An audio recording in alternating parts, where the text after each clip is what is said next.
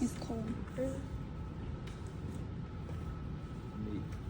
Make my sleeves longer so I can be a little less Starting freezing. and stopping. Okay, we're ready? All right, so after you finish cutting, what you must have is your back, your two fronts, and your two yokes, okay? Make sure that after you finish cutting, you have snipped every single notch, okay? Because you're not gonna be able to make the placket unless you actually have those notches to guide you. Okay, so the first thing that we're gonna do, see, I left one pin, is we're gonna sew the yoke, okay? So we have two yokes. This video is going to show you how to do the first steps of it. The next step on how to finish the yoke is a little bit more complicated, so we're gonna have another video for that. So to show you guys, because some of you are asking why do you have double yoke, I wore this shirt that you guys can see that my shirt has a double yoke on it. See that is a little wider than the rest because my skin is not showing through, right?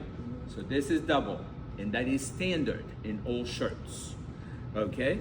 But if you see right here, I have the seam allowances inside the yoke, and it will be the front and the back. This is not like you get a double yoke and you overlock it, right? And by the way, we're not gonna overlock anything.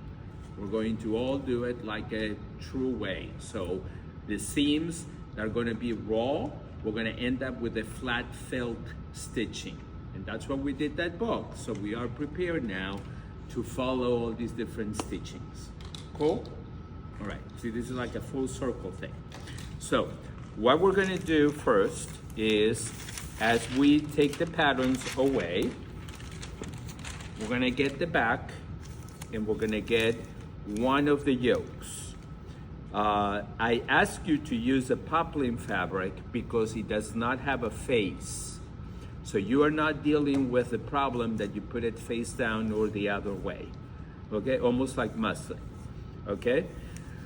That is the reason for that. It makes your life a lot easier so you don't have to be confusing and then you end up putting it wrong way. So we're gonna save one yoke. We're gonna leave it there. And we're gonna get the yoke and we're going to attach it to this shirt, right? So I'm just gonna put a few pins just to hold it in place so you guys can see what I'm doing. Okay, I'm putting the pins across just to show you how it goes, but that's really how it not should be.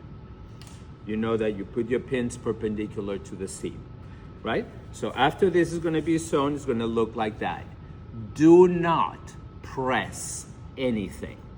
I am very obnoxious about making sure that you press, but in this process, do not press anything until we finish putting up to the second yoke.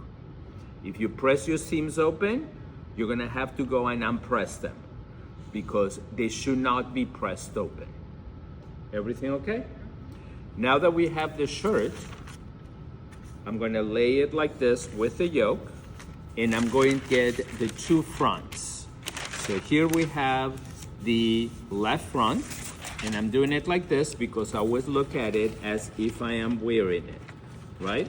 So this is the left front, and we're gonna put it right sides together, and you're gonna stitch. When you stitch, make sure that you stitch from the neck out, not from the shoulder to the neck, okay?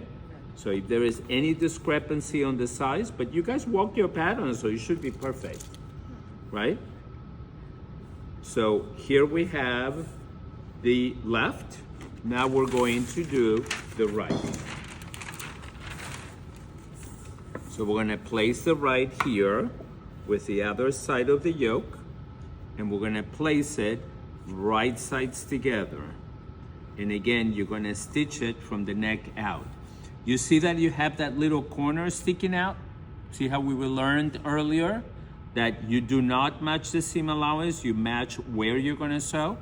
So if we place it correctly, look, its size is perfect. See this little corner that is sticking out? Leave it alone, it hasn't done anything to you. You stitch here, not here. You line up the edges so you can have the 1/2 inch seam allowance, but you need to have the connection where you're gonna start sewing, okay? After you do all of these 4 pieces together, and this is the thing that I love most about pattern making and sewing. You all of a sudden have like 1,100 pieces and poof, it became only one garment, right? So now that we have the shirt created, okay? Remember, this is not pinned completely or correctly. Now you're going to flip the back. So see, we have the back and the yoke.